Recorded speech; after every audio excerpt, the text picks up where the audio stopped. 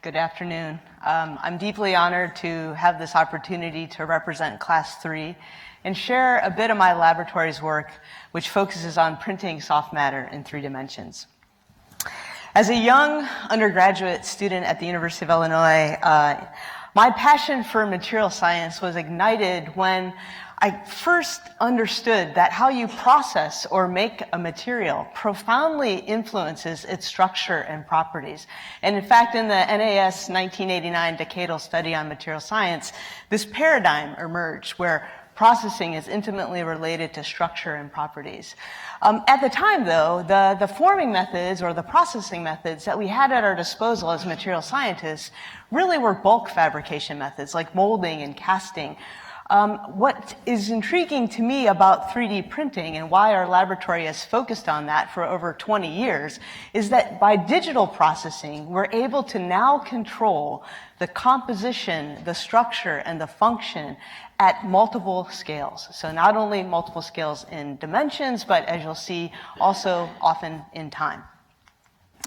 So our lab has pioneered 2 main printing methods. They're both shown here. They're playing now.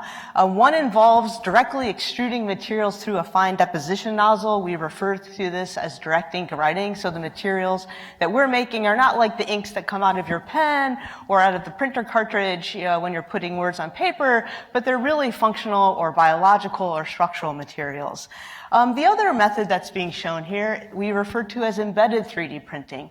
Here, we're not printing the entire architecture, but we're using a nozzle to go deep into a matrix and write only the functional features of interest. And in this case, what you're seeing is a vascular tree being written, and I'll come back to that later when I talk about how we're making biological materials and that these vascular structures are necessary to keep, in thick tissues, keep cells alive. So what do I mean by soft materials? Just there are many classes of materials. What we mean by soft materials are those that have some type of structure that's pervasive beyond the individual building blocks themselves. So the individual building blocks in a colloidal gel are the red particles here that you see, the colloids themselves. In a polymer gel, it would be the individual polymer chains. In human cells, of course, it's the cells. And what we're really thinking about is how does this structure beyond that control the properties? And for soft materials, as the name implies, these are mechanically weak and deformable, and that means they can be printed.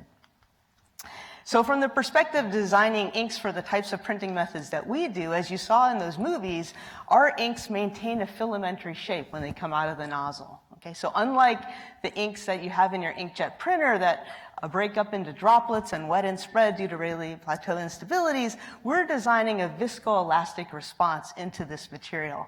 And all of you have come into contact with a viscoelastic material today, at least I hope you have, because all of you have squeezed toothpaste out of a toothpaste, right, onto your toothbrush this morning when you brush your teeth. That kind of viscoelastic response is exactly the kind of response that we're putting into these inks. They flow under an applied pressure, but as they exit the nozzle, just like as they exit the toothpaste tube, they stop flowing so they don't wet and run all over your brush. So we are engineering in the shear thinning response. This means they flow more easily the higher we apply pressure, but as they exit the nozzle and go back into a quiescent or zero shear condition, they rapidly resolidify. And that resolidification process is inherent due to the structure that I described, this gel type structure. So what are these inks? So the first one we actually worked on in my lab was in close collaboration with Joe Sacerano, formerly at Sandia National Labs. And these are materials that we refer to as colloidal gels in the sense that we have to introduce some type of attractive interaction between particles to drive their gelation, and that allows them to form a spanning network in 3 dimensions. And they basically undergo this little clustering phenomena. But when we flow them through the nozzle, as you can see here, just as a small wedge near the wall of the nozzle, these clusters deform and break up under shear. But as they exit the nozzle, that attractive interaction, which is on the order of thermal energy, kT, rapidly causes them to reform the particle network that's continuous that allows them to support themselves. So what can we do with colloidal materials? Well, here's one example. I'm printing, in this case, an anode and cathode that are interdigitated and out of plane. So we're making a three-dimensional battery. This is a lithium-ion battery, much like you have in your cell phones and your laptop computers. But what's kind of interesting about this battery is the entire form factor, the entire size of this battery is on the order of a single grain of sand. I'll let that sink in for a minute.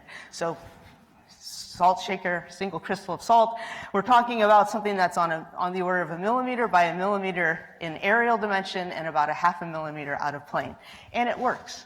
This is the aerial capacity. It can be charged and discharged many times. So this is what one can do with printing. One can design things that one couldn't make by conventional fabrication methods.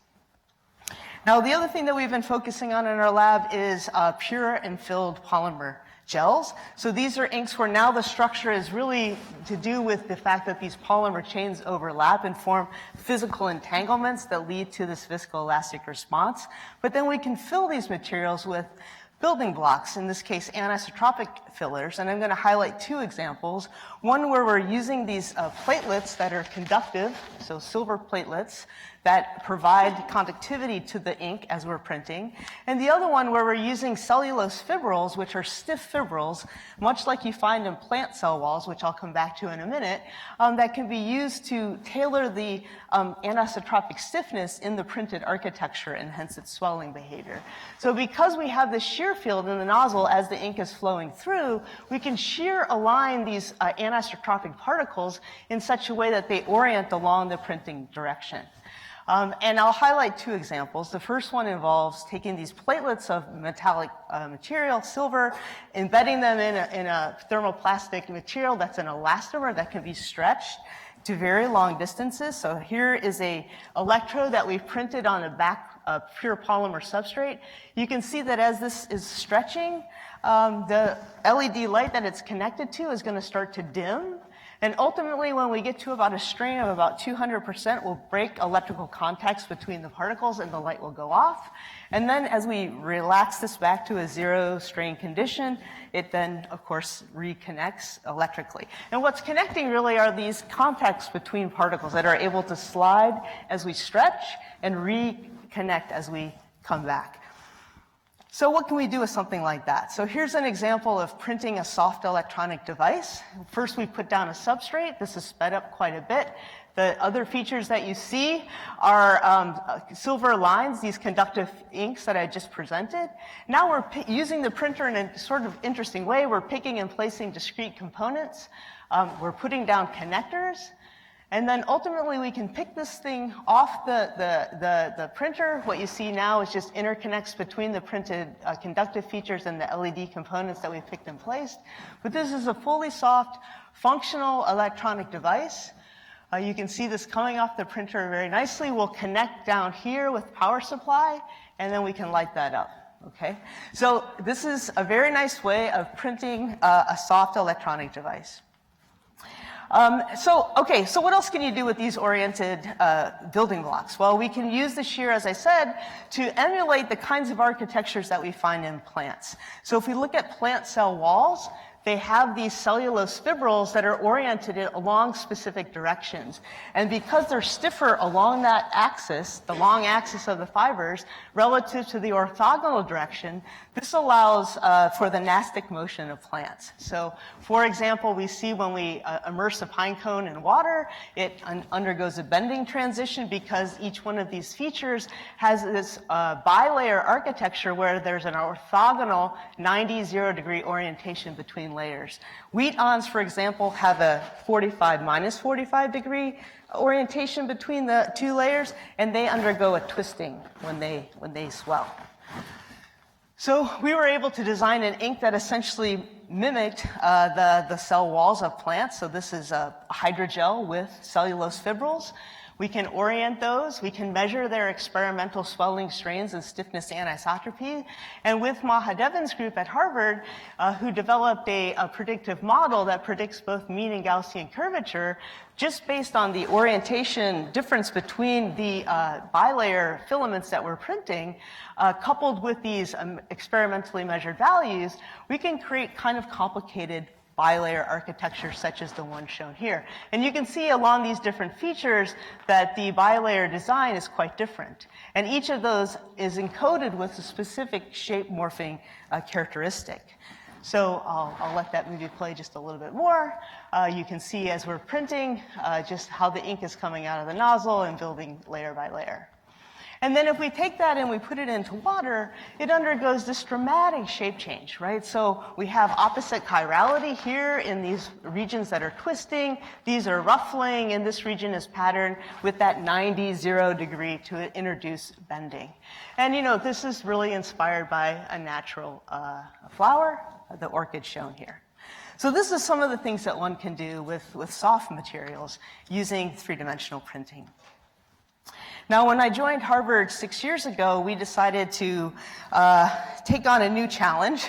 And for somebody who is trained in material science, I have been drinking from a fire hose for the last 6 years, trying to learn biology at a time when this field is rapidly evolving and exciting breakthroughs are coming out almost every day. We had at our, sort of at the core, this desire or drive, if you will, to use our printing methods to introduce or embed vasculature within three-dimensional printed tissue.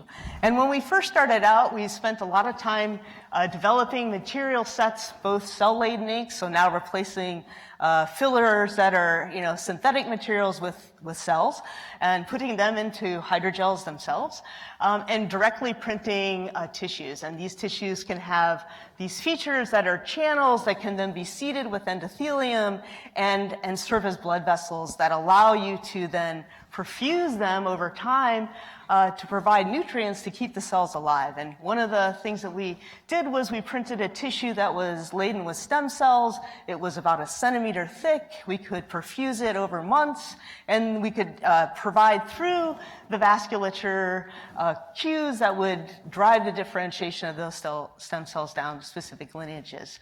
But if you compare, as I will, for one tissue type of interest, the kidney, the type of architectures that you find that provide function to your kidneys over multiple length scales, it became pretty quickly obvious to me that bioprinting alone would probably not get us there where we needed to be for emulating vital organ tissue function and architecture. And so we have really picked up some of the advances that have occurred in the stem cell field, particularly using stem cells and differentiating them in multicellular aggregates to form organoids, or these organ-like building blocks. But I'll kind of walk you through a progression that we made in our own lab over the last 6 years, starting with just bioprinting, because it can do some things, and then how do we combine that with stem cell biology to do maybe something much more. So the inks that we develop for bioprinting include both a extracellular matrix, which is composed of a hydrogel. In this case, it's an interpenetrating network of gelatin and fibrin, and we use enzymes to cross-link this in a dual enzymatically cross-linked way. And then the sort of secret sauce, if you will, for printing the vasculature was to print a material, in this case what we call a fugitive ink, and you saw that being printed in that vascular tree and that embedded printing moving that I showed earlier. That ink comes down and we print the structure, but what's interesting is we can print at room temperature, but when we cool the material down after we've printed it to about 5 degrees C, where cells remain viable, we can actually flush that out of the printed architecture, leaving behind a pervasive open network of channels. Now, those open network of channels can be aligned with endothelial cells to create vasculature, or for something like the kidney, we can also align them with proximal tubule cells, which would create a proximal tubule mimic for the kidney. So this turned out to be kind of an interesting material, particularly because it doesn't do what most materials do, right? Most materials, when you heat them up, they melt, but this is a material that actually, when you cool it down, it liquefies. And the reason is because you're essentially neutralizing, if you will, to some extent, the hydrophobic interactions that are driving the aggregation into micelles that form this gel-like material at room temperature when you cool it down. All right, so we've become very interested in the kidney. There's many motivations for this. from the perspective of using these kinds of tissues to help develop screens to identify drugs early in the pipeline that are being developed, to understand whether or not they have any toxicity. It would be very important to have human tissue in order to do that drug testing, but also from the perspective of our long-term goal, which is tissue repair and replacement. The kidney is one of the most needed organs. So if we look at the US donor organ list, there's roughly 120,000 people on that list, and 100,000 people are waiting for kidneys. Moreover, once you get into end-stage renal failure, you go on dialysis, and you roughly have about 5 years to live. And if you don't get an organ in that time, you really have a high rate of mortality. So this is a real driver for us. And we, as you'll see, want to take baby steps towards this, but our aspirations are ultimately to do kidney engineering over these scales. So first of all, if we look at a kidney, it's about the size of my hand. Each of us have two. And inside inside our kidneys, we have what are called nephrons. There are about 1 million of these nephrons, and they're responsible for filtering our blood continuously and also doing the resorption process. So the way your kidney works is your blood goes through this capsule, the glomerulus. It's called the Bowman's capsule. There, kind of everything is pulled out of your blood, and then it continues to go through. This filtrate goes through what's called this convoluted proximal tubular region, and about 80% of what was pulled out, that's good, goes back in, and there's a reabsorption process, and then it continues through the rest of the nephron. If we look at the structure of a kidney from a material science perspective, I'm always thinking about length scales, we see that it goes, there's this sort of large scale, just looking at this arterial tree that you would find in your kidney. There's the tubular compartments, there's the glomeruli, and then even at the nanoscale, individual cells are forming this slit diaphragm that gives rise to the filtration. So very quickly, if we start with bioprinting, which is how the lab started 6 years ago, what could we do? Well, we could take some baby steps. We could look at one of the key regions here, this proximal tubular region. We could form an analog of that through printing on a chip sitting on an ECM. If I go to the next slide, you can see that as we're removing that ink, we can then open that channel, and we can seed that channel with the proximal tubule cells of interest. Those then form a confluent epithelium on the walls of the channel. If we take a cut through the channel and look at that, we see these cells, and in fact, we see them in this cuboidal state, and they have these microvilli, and essentially they look just like the types of cells that you would find in your proximal tubule in the native kidney. And we can then, introduce a vascular component by co-printing these two channels alongside of one another.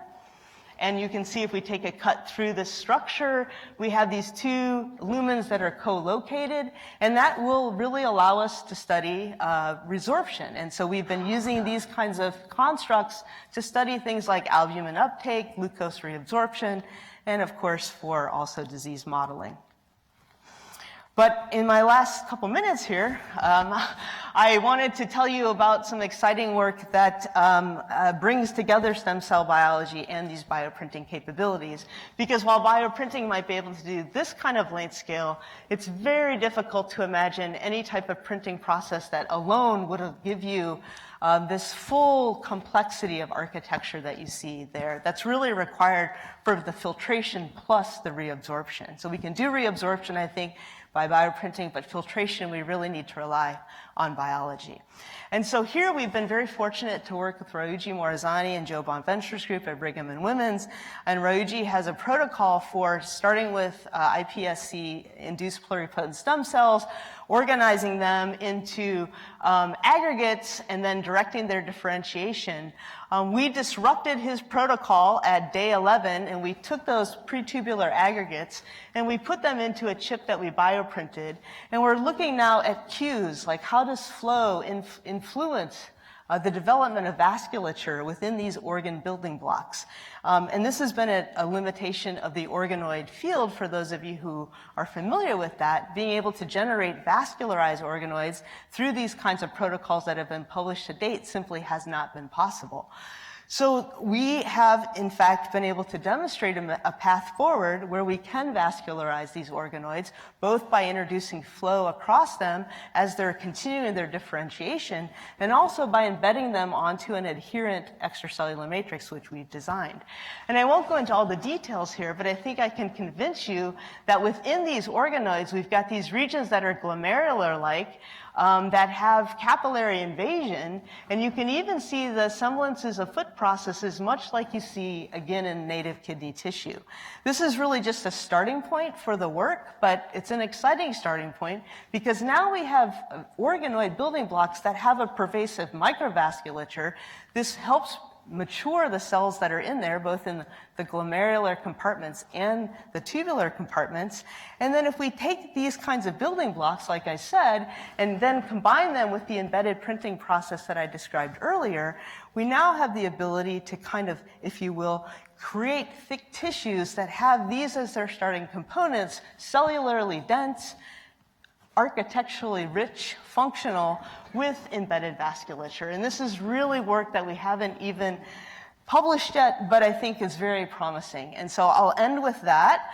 I want to thank a number of people, my group, first and foremost, because honestly, without them, none of this work happens. And it's a privilege to have the opportunity to work with so many talented young people, not only in the current group, but many who have come before them. As you can also see, we're a highly collaborative group, so I would be remiss without thanking a number of key collaborators, both at my former institution, Illinois, and now at Harvard and beyond. I want to thank my PhD advisor, Michael Sema, who was a wonderful mentor. So I'll end there, and if there's time for questions, I'd be happy to take them. I will also thank my funding agencies and those that have provided generous support for the work. So thank you, and I guess I'll just leave that slide up. Thanks. Thank you, Jennifer. No time. Okay. Unfortunately.